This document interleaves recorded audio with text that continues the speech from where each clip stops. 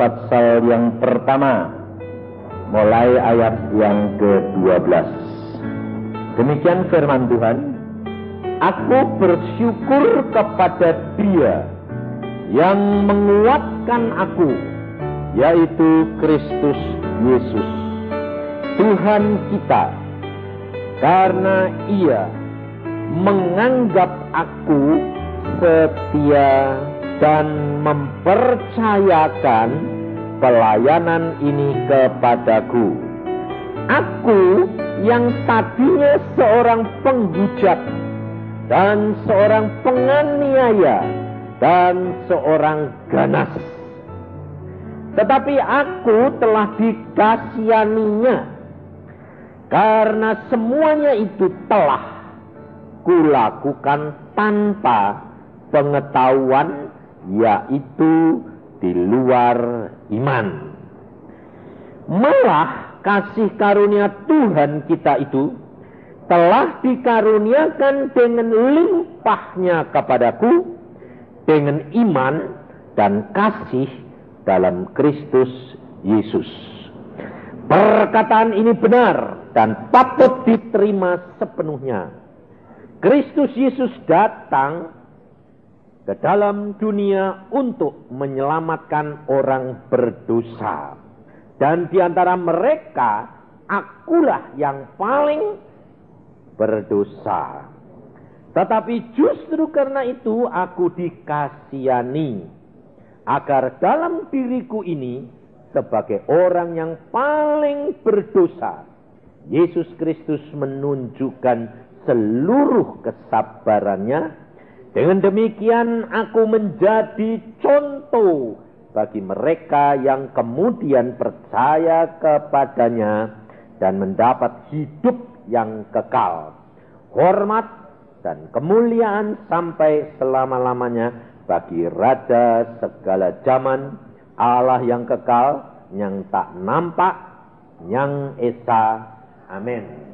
Saudara, kita kerap kali menanggapi firman Tuhan itu menurut kepikiran kita sendiri.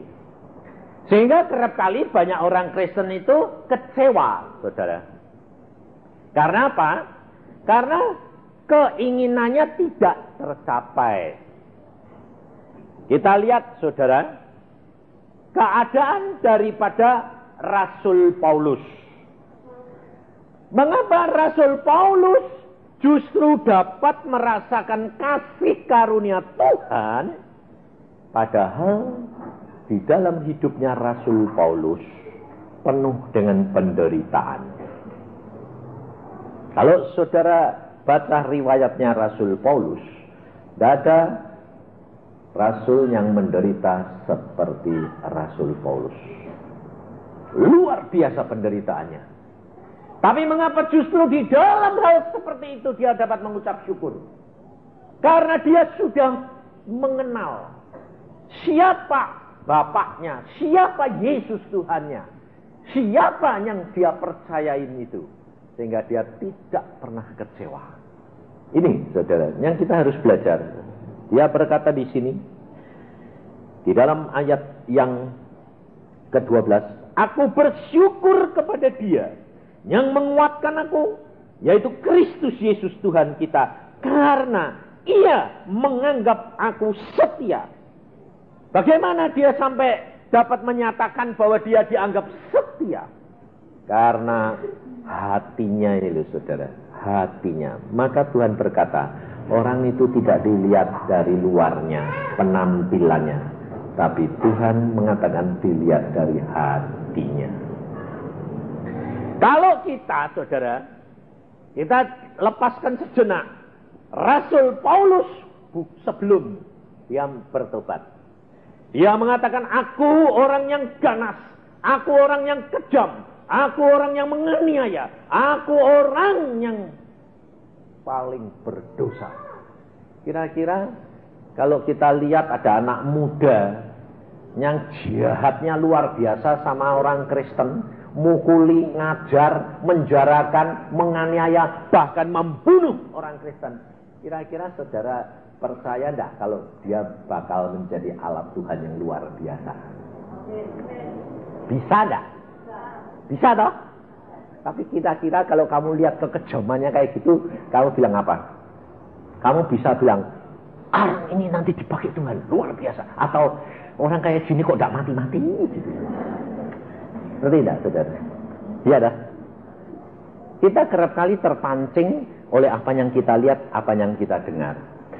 Tetapi Tuhan melihat apa yang di dalam hati.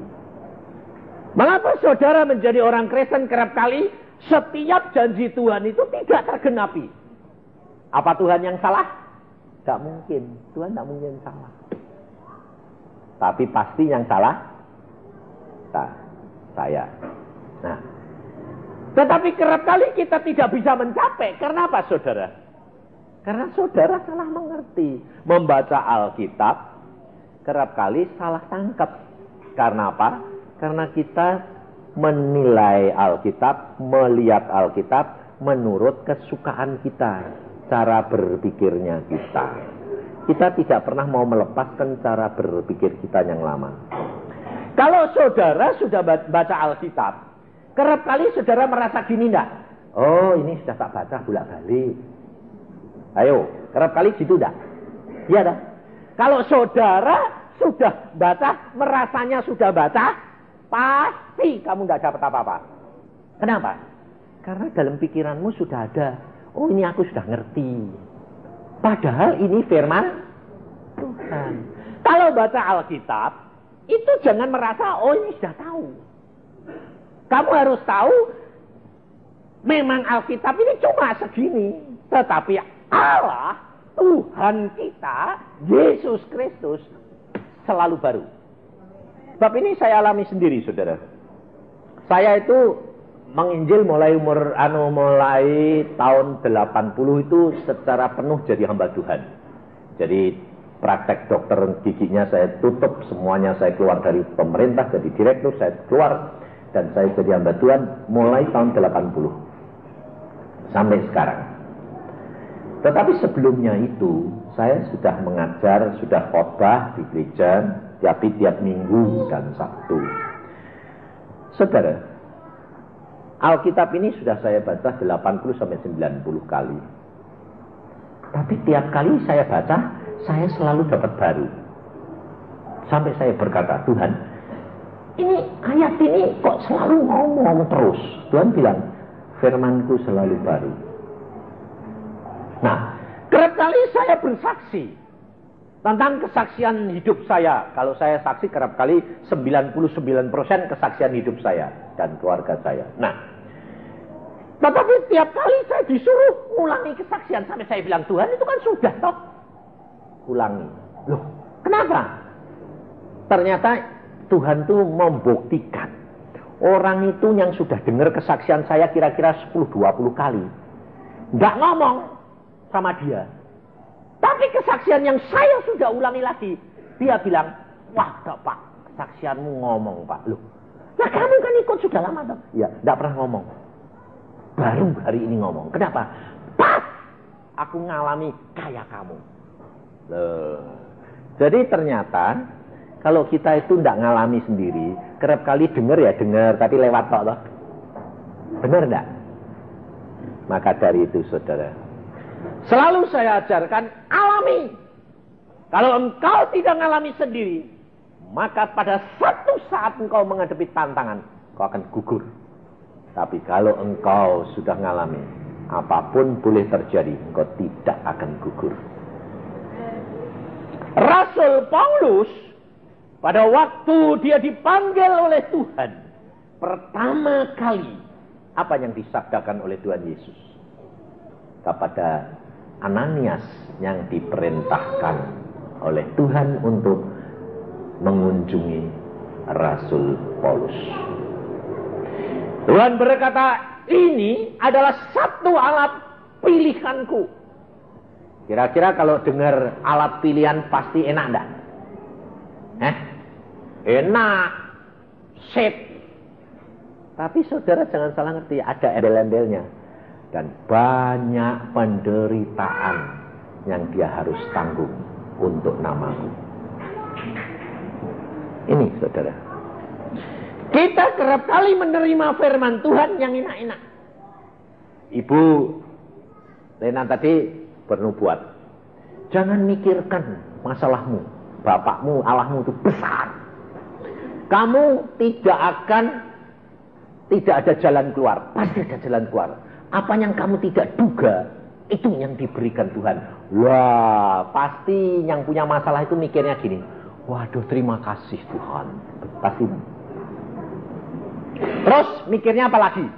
Mesti gini, berarti nanti pertolongannya tidak terduga. Betul?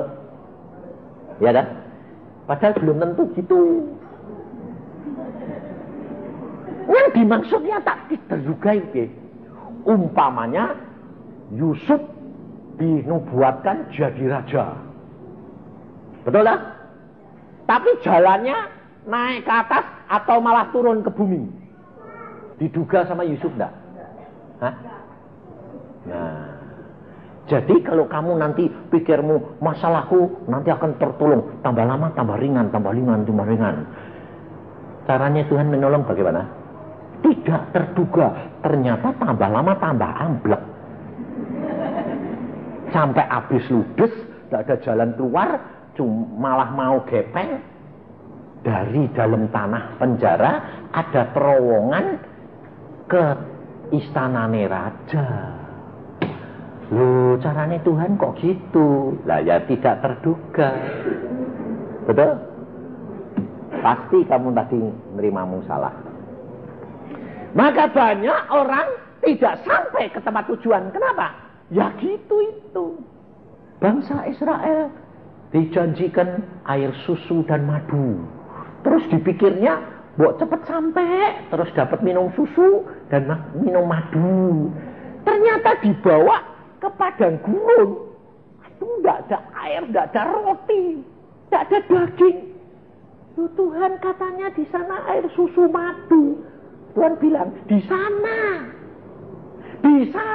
nanti ada susu dan madu. Tapi jalannya, ya selama di jalan, Tuhan tidak ngasih tahu, betul? Berarti diduga apa tidak? Tidak. Sebab Alkitab berkata, apa yang tidak pernah timbul dalam pikiranmu, apa yang tidak pernah timbul dalam hatimu, itu yang disediakan Tuhan bagi orang yang mengasihi Dia. Jadi tugas saudara dan saya tinggal mengasihi Dia. Sudah, jalan saja.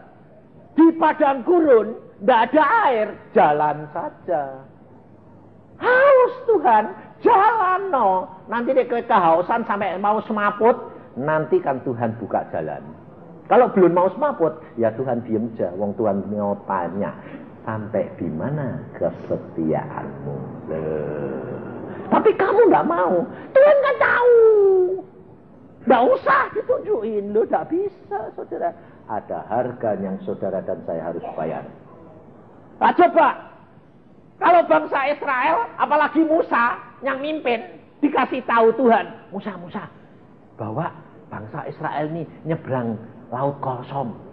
Musanya mumet enggak? Tuhan bikin perahu berapa ribu? Wong umatmu 2,5 juta. Bikin rakit berapa? Wong sapine banyak. Nah bawa piye? Kira-kira Musa ini berani jalan pada? Tapi Tuhan tidak ngomong. Musa pimpin. Kemana Tuhan? Ke pinggir laut. Ya. Pikir Musa di pinggir laut itu jadi gampang, ada air meskipun asin. Cuci-cuci pakaian gampang. Tidak taunya Firaun disuruh ngejar. Loh Tuhan kok malah dikejar Firaun? Iya. Loh kok iya piye? Ini kan mau anak-anakmu kecepet. Ngarepe laut, belakangnya pedang. Loh, tidak dicepet, tidak berani. Kenapa?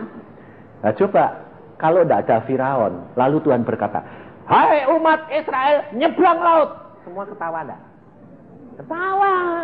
Loh, bunuh diri Tuhan. Rame-rame Tuhan. Loh ya toh?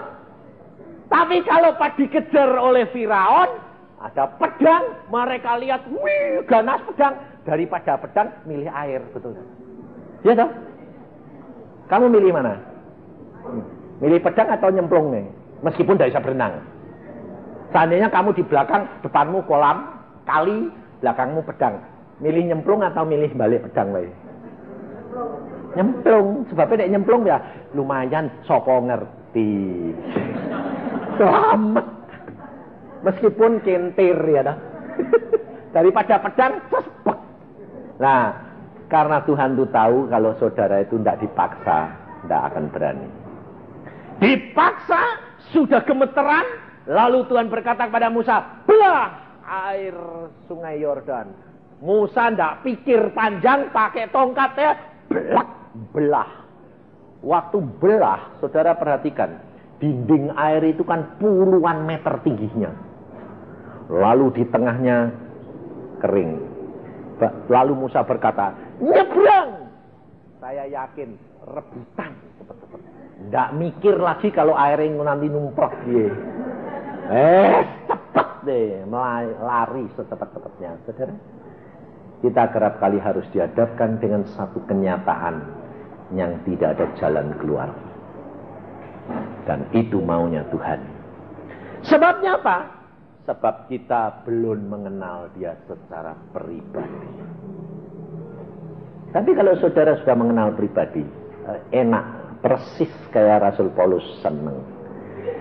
Pada waktu Rasul Paulus dipilih Tuhan, dia berkata, aku mendapatkan kasih karunia-Nya. Di dalam penderitaan, dia bisa melihat kemuliaan Allah dan kasih-Nya Allah. Saya ngalami, saudara.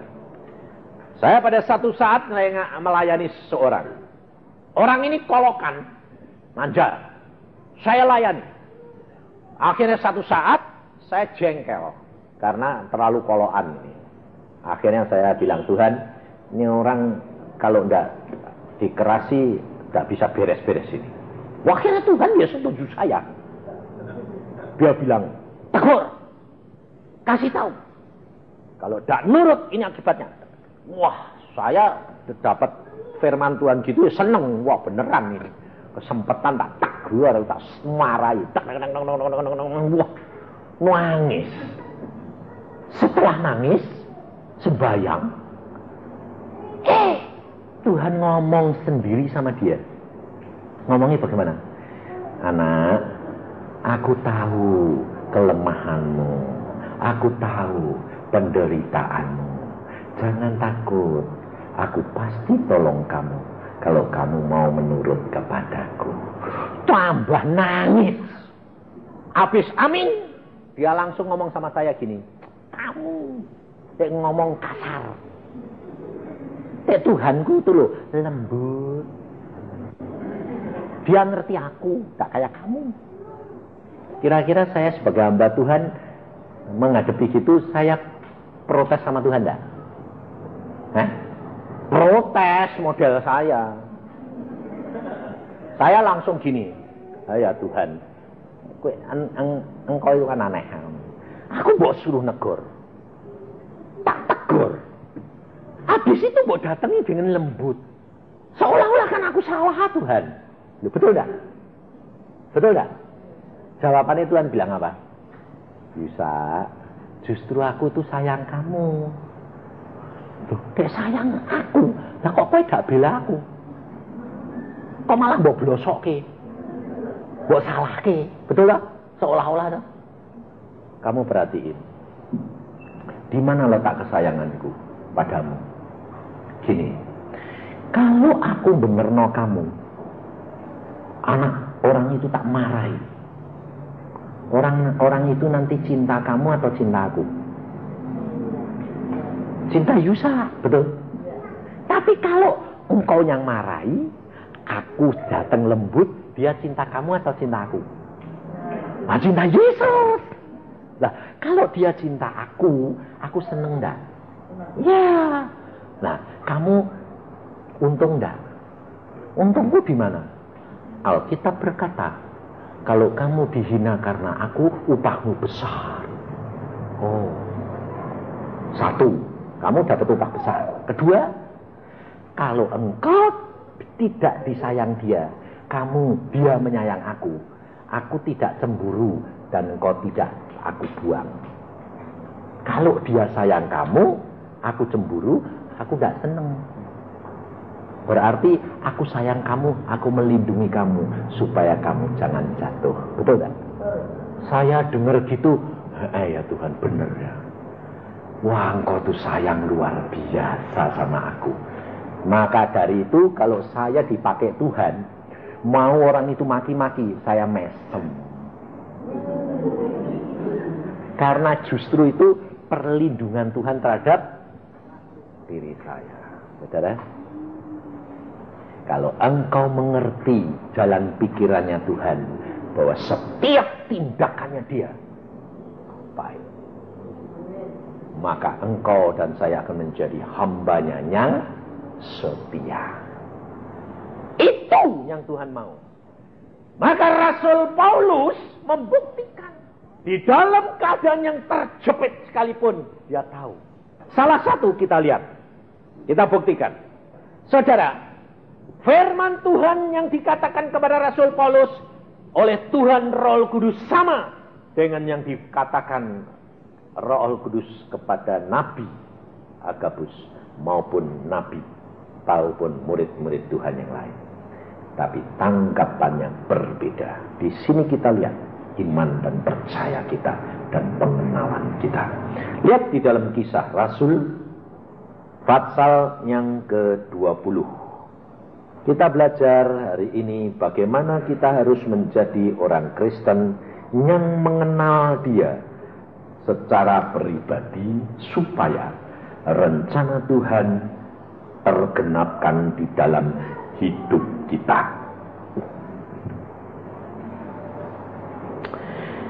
Kisah Rasul pasal 20 mulai ayat 21. Aku senantiasa bersaksi kepada orang-orang Yahudi dan orang-orang Yunani supaya mereka bertobat kepada Allah dan percaya kepada Tuhan kita Yesus Kristus. Tetapi, perhatikan ayat 22. Tetapi sekarang sebagai tawanan roh aku pergi ke Yerusalem. Dan aku tidak tahu apa yang akan terjadi atas diriku di situ, selain daripada yang dinyatakan Roh Kudus dari kota ke kota kepadaku, bahwa penjara dan sengsara menunggu aku. Perhatikan saudara firman Tuhan ini. Di dalam firman Tuhan ini Rasul Paulus dia menginjil. Tetapi satu saat dia berkata, tetapi sekarang aku sebagai tawanan roh. Tawanan itu sukarela atau paksaan? Paksa toh? Kenapa Rasul Paulus di ayat ini dia berkata, tapi aku sekarang di dalam tawanan roh? Karena pada saat itu Rasul Paulus belum dapat merelakan dirinya 100%. Maka saya ngerti, oh Tuhan, beberapa tahun yang lalu engkau berkata kepada saya, Tuhan ngomong apa? Yusa, kenapa engkau tidak berdoa kepadaku, minta kepadaku? Minta apa Tuhan? Paksakan rencanamu dalam hidupku Tuhan. Kenapa harus dipaksa Tuhan? Sebab kalau engkau tidak minta, Bapakmu tidak akan dapat memaksakan karena setan menuntut. Dan engkau tahu, manusia tidak ada yang tidak mengasihi dirinya sendiri. Baru saya tahu. Sejak itu saya selalu berdoa, Tuhan paksakan rencanamu dalam hidupku. Supaya tergenapkan. Karena aku tahu daging ini selalu menolak. Karena rencana Tuhan belum tentu enak dalam hidup kita. Tetapi saudara dan saya harus tahu pasti indah, betul? Maka Rasul Paulus berkata, sekarang aku sebagai tawanan roh, aku pergi ke Yerusalem. Dan Roh Al Kudus menyatakan, penjara dan sengsara menantikan aku. Kira-kira kalau saudara dapat firman Tuhan gitu, kamu pergi ke Yerusalem enggak? Ayo gue. Kalau kamu dikasih tahu, ini umpamanya, kalau engkau nanti ini pulang, kamu bakal mengalami celaka di jalan. Lebih enak tidur di sini atau pulang? Hah? Hah?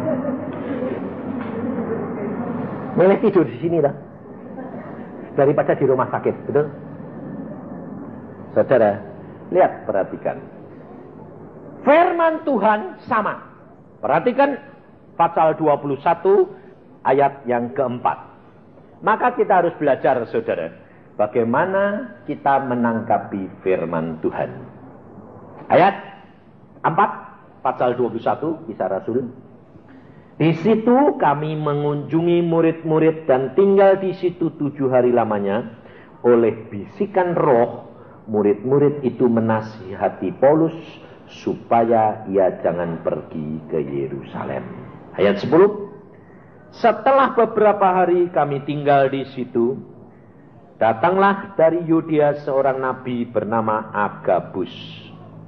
Ia datang pada kami lalu mengambil ikat pinggang Paulus sambil mengikat kaki dan tangannya sendiri. Ia berkata, demikianlah kata Roh Kudus, beginilah orang yang mempunyai ikat pinggang ini akan diikat oleh orang-orang Yahudi di Yerusalem dan diserahkan ke dalam tangan bangsa-bangsa lain.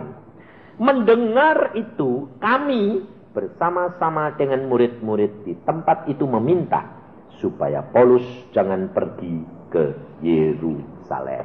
Nah, firman Tuhannya yang didengar Paulus, firman Tuhan yang dikatakan oleh Nabi Agabus, firman Tuhan yang dikatakan Roh Kudus kepada murid-muridnya, sama enggak? Bahwa di Yerusalem menantikan penjara dan aniaya.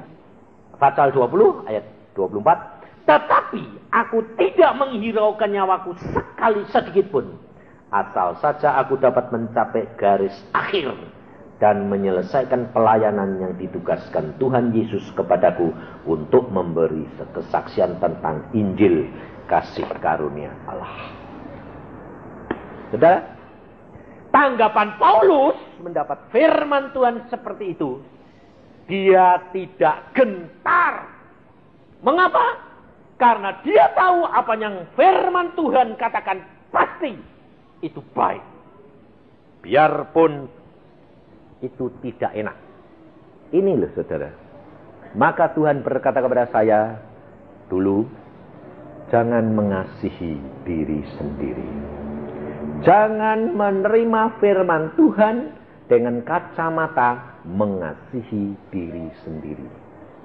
Karena engkau akan terkecoh. Kamu harus memandang firman Tuhan dan menerima firman Tuhan dengan pikiran tertuju kepada Kristus. Semuanya indah. Apapun yang kau rencanakan baik Tuhan. Ternyata saudara perhatikan, murid-murid Rasul Paulus sendiri menasehati, meminta dengan sangat supaya Paulus jangan pergi ke Yerusalem. Kalau Paulus tidak pergi ke Yerusalem, rencana Tuhan jadi tidak? Tidak. Gagal tidak? Paulus dapat apa? Tidak dapat upah, saudara. Tetapi Paulus berani ambil langkah. Dia tetap ke Yerusalem. Akhirnya ditangkap di Yerusalem. Dan apa terjadi? Dia ketemu sendiri dengan Tuhan Yesus.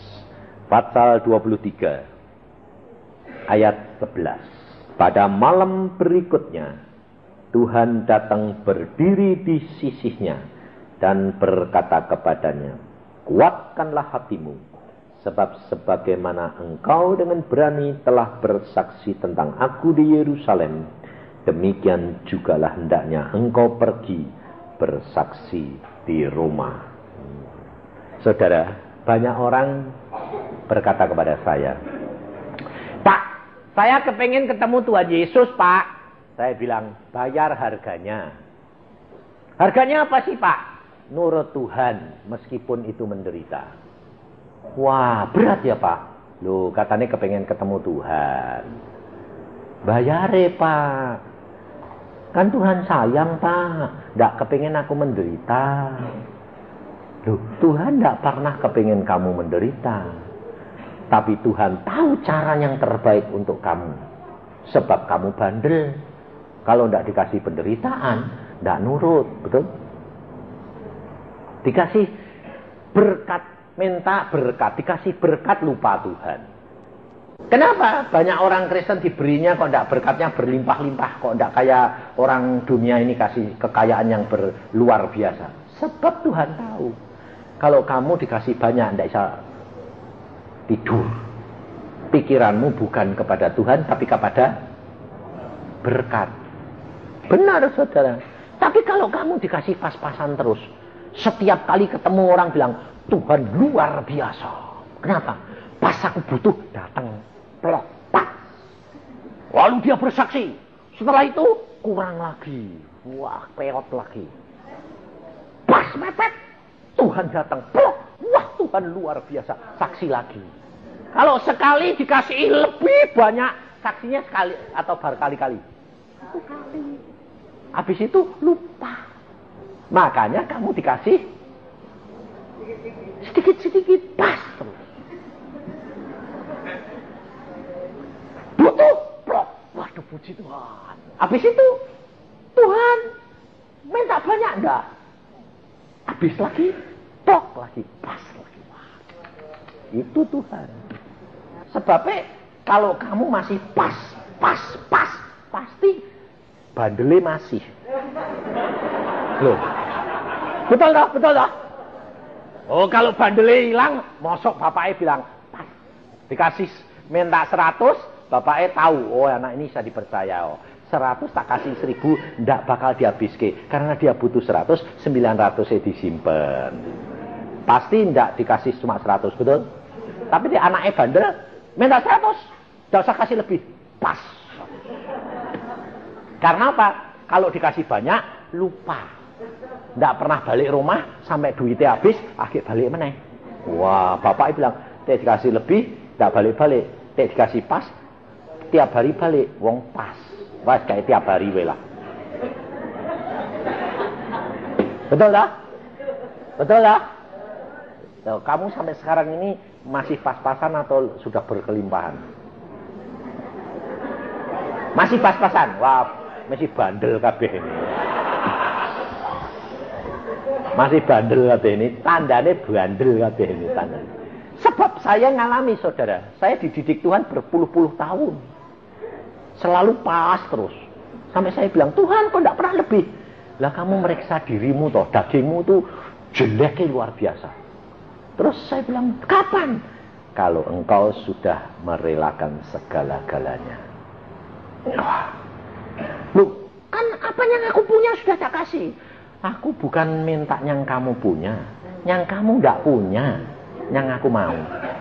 Yang tidak aku punya malah kamu mau. Iya. Yang kamu punya, kamu kasih ke. Lah memang kamu punya. Oh. Yang kamu tidak punya, itu yang aku mau. Lah aku yang punya ini jelek semua. Lah sing apik tak kasih ke. Sing jelek ya tak pikir buat apa maunya jelek. Loh, kalau yang jelek mbok simpen, kapan kamu jadi baik? Betul tak? Hah? Ibu-ibu kerap kali bilang apa? Kalau diminta, Bu, berdoa depan. Tak bisa, Bapak. Sembahyang, malu. Aku tidak punya karunia tampil di depan. Loh, kalau yang punya karunia nampang, Tuhan tidak butuh. Malah dia disuruh jadi pendoa. Sebab senengnya nampang. Oh itu kelebihan nih, betul tidak? Tapi ibu-ibu, bapak-bapak kerap apa? Tidak bisa Pak, aku pemalu, jadi pendoa saja. Salah. Yang diberikan Tuhan yang lebih, yang kurang. Kasih Tuhan. Akhirnya saya baru tahu, Tuhan berkata, aku ini jelek Tuhan. Ya mata keranjang, ya mata duiten. Lah itu kasih ke aku. Oh, dek mata keranjangku tak kasih ke engkau. Aku tidak punya mata keranjang. Iya, itu yang aku butuh. Sebab aku mau pakai kamu lah kayak mata keranjang. Terus piye? Oh, tidak mau kasih ke aku. Oh ya. Tuhan mau apa yang saudara dan saya tidak punya kelebihan yang baik. Itu yang Tuhan mau. Rasul Paulus pada waktu dia menghadapi itu, dia berkata, aku tidak sayang namaku. Yang penting aku sampai garis akhir. Padahal rencananya Tuhan, pada waktu Tuhan Yesus hadir, Tuhan Yesus bilang sama Paulus apa? Rencananya Tuhan, Paulus dikirim ke Roma. Mengapa dikirim ke Roma kok harus jadi tawanan Tuhan? Apa tidak punya duit naik kapal? Apa Tuhan itu miskin? Tidak. Tuhan kaya. Tapi kenapa harus melalui tawanan? Sebab Tuhan itu sayang sama siapa? Hah? Sama kaisar. Loh. Sebab kalau dia tidak jadi tawanan, tidak bakal dia bisa menghadap kaisar. Betul? Tidak bisa dia menginjil kepada kaisar. Kamu punya uang banyak, belum tentu bisa ketemu Pak Presiden Soeharto. Betul? Tapi pada waktu itu, harus kaisar yang mengadili Paulus. Sehingga Paulus menghadap kaisar. Ditanya, salahmu apa? Dia saksi tentang hal Yesus Kristus. Sampai nanti kalau kaisarnya tidak bertobat, mati. Dia bilang, aku tidak diinjili. Siapa bilang? Paulus nginjili kamu. Meskipun jadi tawananmu. Nah, Paulus tidak dituntut. Saudara tahu? Kita kerap kali tidak tahu rencananya Tuhan. Kita maunya apa? Menurut rencana kita. Kalau dapat kesaksian seperti ini coba, pasti senang kamu. Ada seorang anak Tuhan, dia membawa apa yang dia punya cuma satu sapi. Dan dia harus bawa ini pergi ke tempat kota lain untuk dipersembahkan. Nah, tetapi pada waktu dia ini tidak punya duit, duitnya itu pas-pasan buat naik kereta api, jadi dia tidak bisa naik truk, jadi dia pergi ke stasiun itu jalan, bawa sapinya. Wong itu punyanya satu-satunya.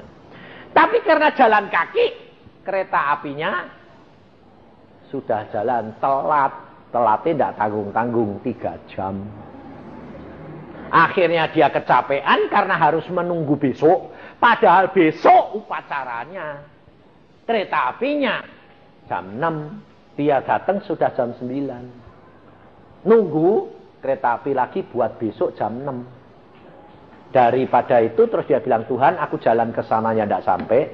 Buat besok ya upacaranya sudah mulai. Wes Tuhan, aku tak, karena capek pulang lagi ya capek, aku tak tidur aja. Wong aku memang tidak punya duit, tidak mau apa. Tidur dia ambek sapine. Tak stasiun. Saking kecapean tidur enak. Bangun pagi, dia mau pulang. Pikirnya, tapi dia lihat loh, aku ini tidur, tadi malam tidur di mana? Kok lain stasiunnya? Pikir-pikir, dilihat tanya, ini stasiun apa? Stasiun kota yang dia harus tuju. Aku tadi malam tidur di stasiun sana kok. Enggak, dari tadi malam itu kamu sudah di sini. Mau aku tuh lihat kamu, saya mau usir kamu tidur, tak bangunin enggak? Bangun-bangun. Enggak mungkin. Tuh, enggak mungkin. Ngaku yang jaga di sini. Dari jam 12 tuh kamu sudah di stasiun sini. Enggak mungkin. Kamu dari mana? Aku dari desa sana. Mau aku ketinggalan kereta api. Lah ya, kereta apinya ya sudah sampai. Lu ngaku ketinggalan.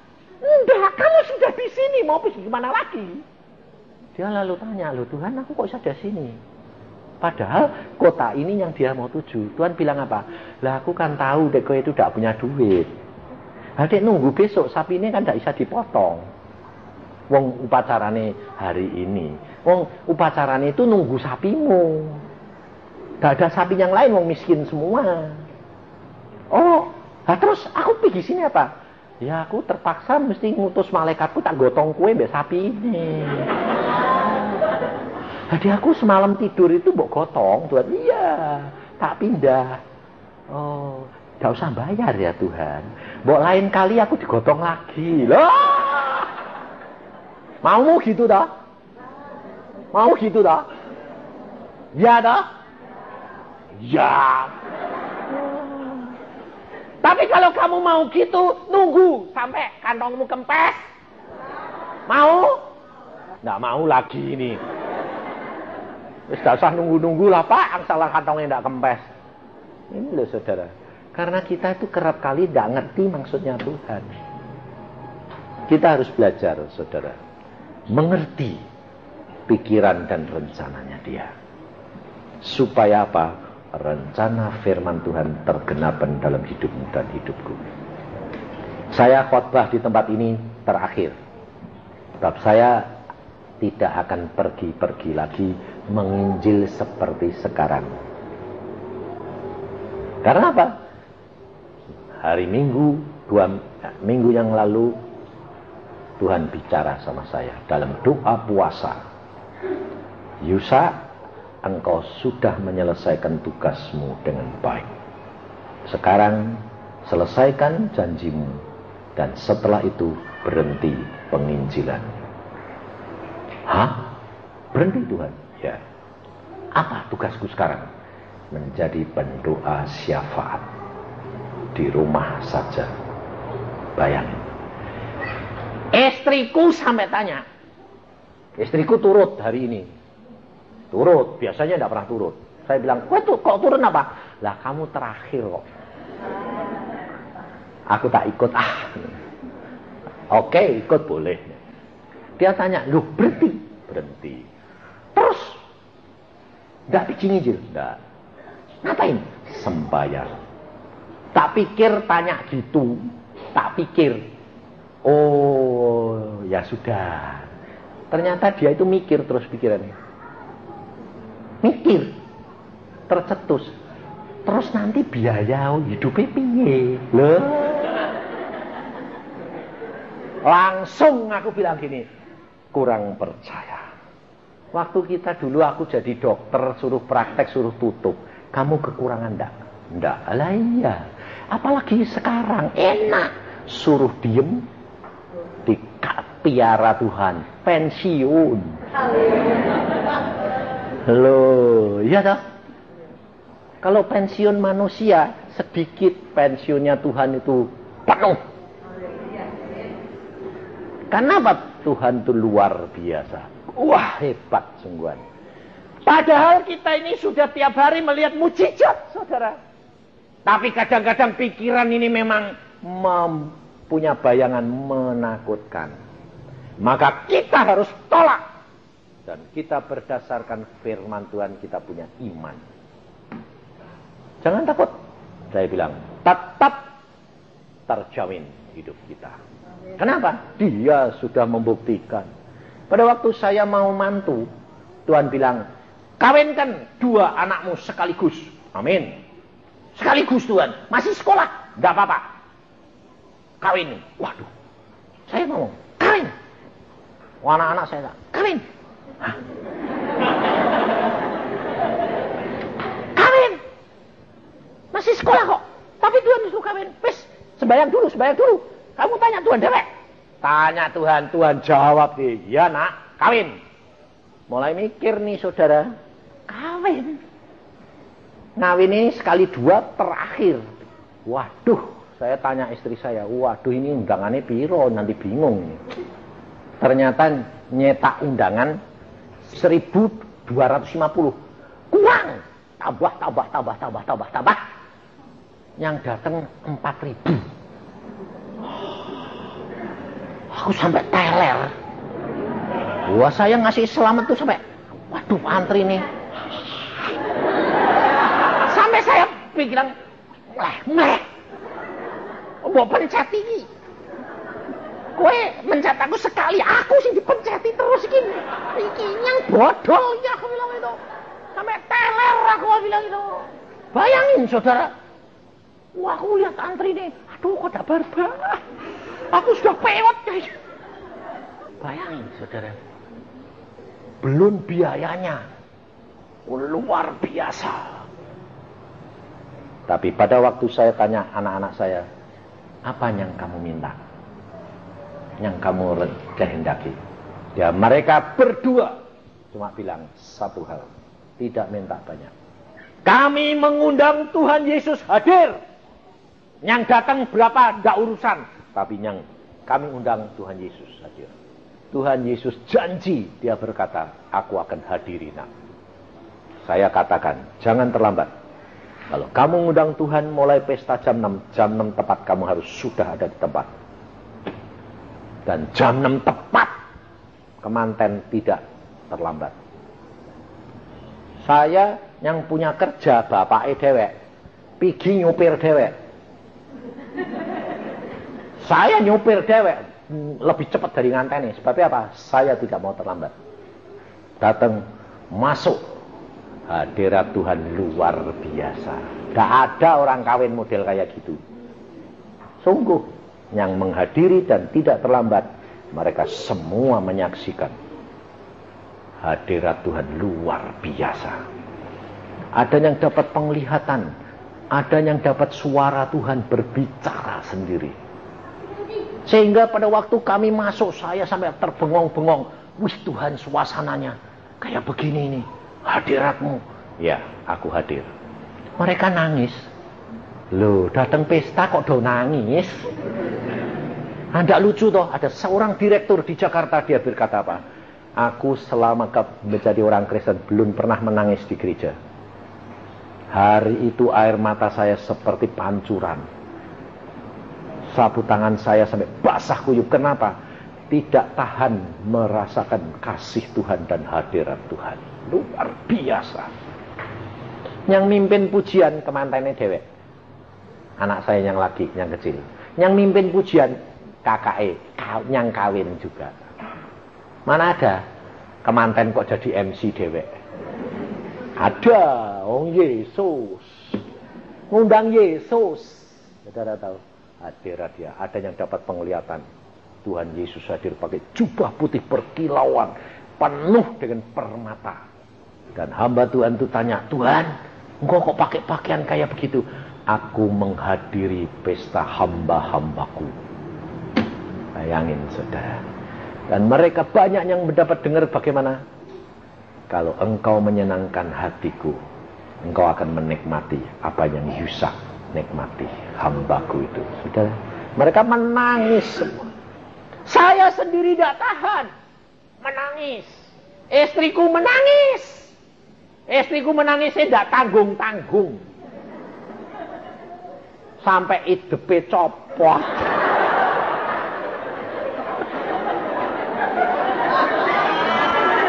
Lah dia nyenggol-nyenggol aku gini. Yang kok pedes? Idepmu copot. Wah, air matanya ngocor terus. Ucek-ucek gak sadar dia enak tambahan, tempelan. Lah copot kowe aku ngono. Wis lah ditambah-tambah reko-reko aku ngono. Saudara, tapi kita sukacita luar biasa. Karena apa? Karena hadirat Tuhan ada. Dan Tuhan tak pernah kurang, saudara. Saya sendiri mengeluarkan uang berapa sampai saya itu sampai melongok. Waktu ditagih berapa? Saya bilang bayari, Pak, makanannya itu 27,5 juta, Pak. Oh, mangane tok. Iya, waduh. Sampai ada, tapi Tuhan itu luar biasa. Tidak kurang 1 sen. Bahkan lebih. Dan semua habis berapa? 60 juta. Lebih. Tidak kurang. Wah, akhirnya anak-anak bilang, Pak, lebih dah. Yang sumbangan punyamu ambil. PN. Tidak kurang, Pak. Tidak. Bapakmu kayau. Bayangin. Luar biasa Tuhan. Padahal kita tidak punya simpenan. Loh, tapi berlimpah. Tidak pas. Tidak. Lebih. Kamu masih pas toh? Nah itu. Ini lebih. Karena sudah nurut. Yang jelek-jelek sudah dikasih. Mata duitnya barang wis copot. Kayak IDP itu tadi blok. sudah diserahkan. Saudara. Ini hidup kekristenan, saudara. Kalau engkau nurut dan menyenangkan, Tuhan tidak pernah mengecewakan engkau. Kita jadi saksi. Lebihnya sedikit atau banyak? Banyak. Kalau Tuhan kehendaki, nanti tanggal 24, satu keluarga kita ke Australia. Jalan-jalan. Karena lebih.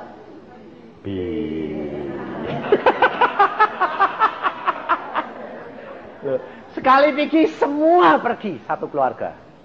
Tiketnya tak hitung-hitung saja 11,5 juta. Tiketnya tok. Saya bilang, enggak apa-apa. Lebih.